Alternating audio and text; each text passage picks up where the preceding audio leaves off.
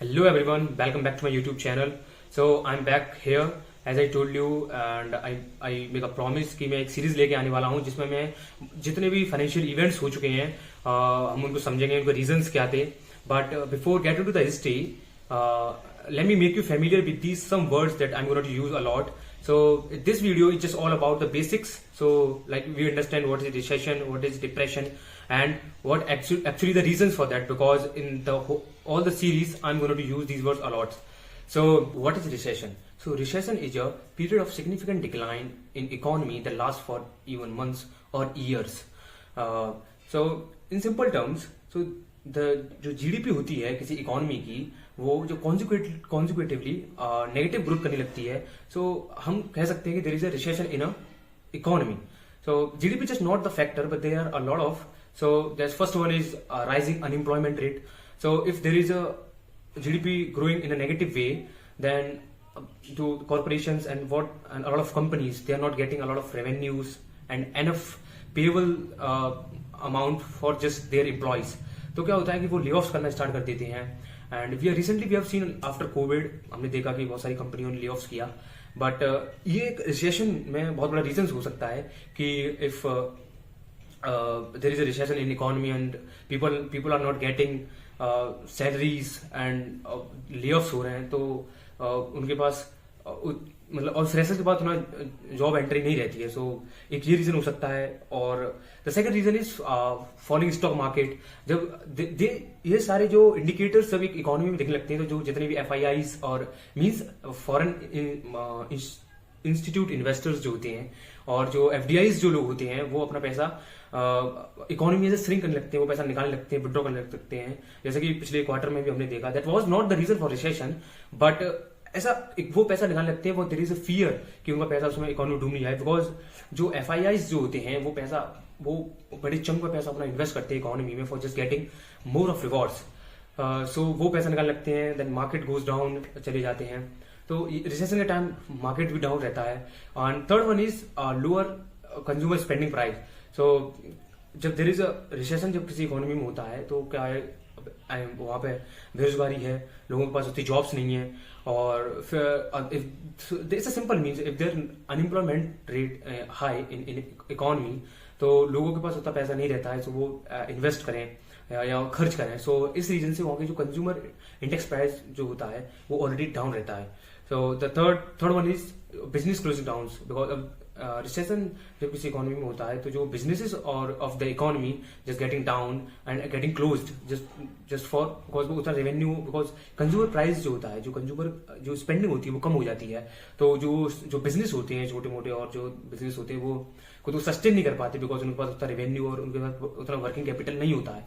सो एक इकोनॉमी में रिसेशन के टाइम में ये सारे मल्टीपल्स आप कह सकते हैं इंडिकेटर्स जो होते हैं, जो they are kind of supplements for just recession in economy, because जो boost करते हैं इकोनॉमी को during that time. So जैसे पिछले सेक्शन में हमने जाना कि रिसेशन क्या है और इसके इम्पैक्ट फील्ड क्या है.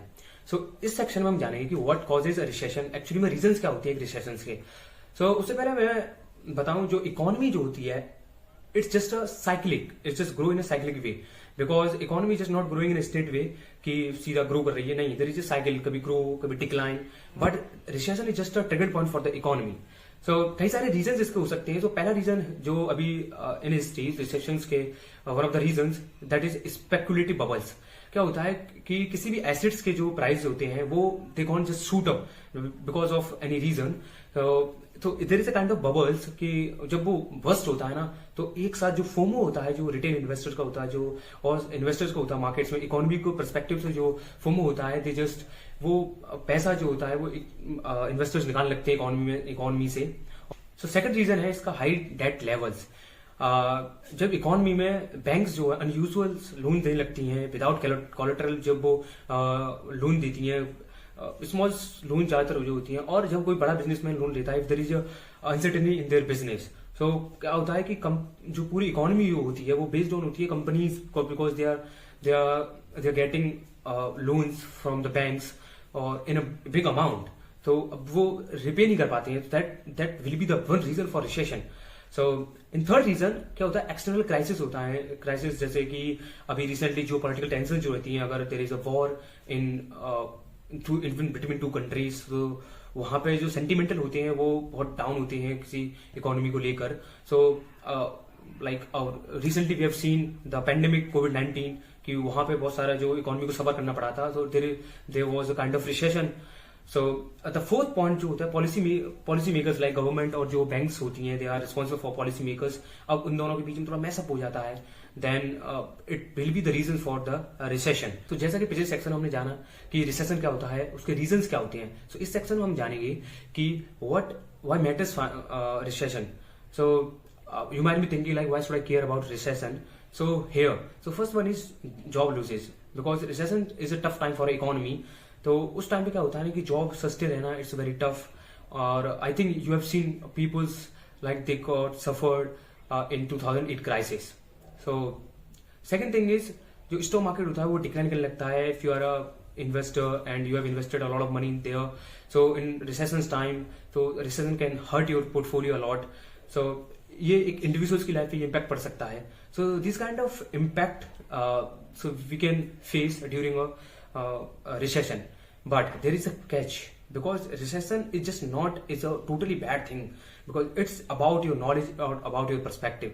Because if you are an investor and you have a kind of thinking, you have no market very well, so it's a recession can be an opportunity, because जो पैसा जो है उस टाइम पे, because if you are believing, because if there is actual reason, because you should know what is the reason, it's just actual reason और it's just FOMO and sentiment of the retail investor on the peoples. So वो सारी चीजें समझना पड़ेगा. सो ये सारी चीजें जो मैं सीरीज लेके आने वाला हूँ उसमें हम सारी चीजें बात करेंगे कि हम फाइंड करेंगे कि अपॉर्चुनिटी कैसे हो सकता है रिसेशन. हमने सारा जाना कि रिसेशन क्या है, उसके रीजंस क्या हैं एंड उसका इम्पैक्ट क्या पड़ेगा एक इंडिविजुअल्स की लाइफ पर, और हम क्या सीख सकते हैं. जो मैं सीरीज लेके आने वाला हूँ वो एक्चुअली में जो है वो रिसेशन जो इकोनॉमी में होता है, डिप्रेशन जो इकोनॉमी में होता है, सो वो हमारे लिए अपॉर्चुनिटीज कैसे हो सकता है. So here is a question like what is difference between recession and depression. So if you know, just comment below what is the difference between in two terminologies. Let me say the answer of the question I have asked. So recession is just a relatively short-term decline in an economy, but on the other hand, depression is just like a economic collapse. So you can just Google it, what is depression. And so there is examples like the 2008 crisis is a kind of recession, but the Great Depression is 1930s is one of the reason of depression. So अब ये video के अगर अंत तक हैं आप तो आप डेफिनेटली समझोगे कि क्या रिसेशन क्या होता है और डिप्रेशन क्या होता है. बट जो मैं सीरीज लाने वाला हूँ उसमें मैं सारी चीजें डिटेल में बताऊंगा कि एक्चुअली में what is the cause of the events, उसमें रिसेशन था, डिप्रेशन था, वो क्यों हुआ, and what was the impact on the economy that time. And ये सारी चीजें मैं जो सीरीज लेके आ रहा हूँ that is just going to be very interesting. So I think you should definitely stay tuned during the whole series. So bye bye and just stay growing.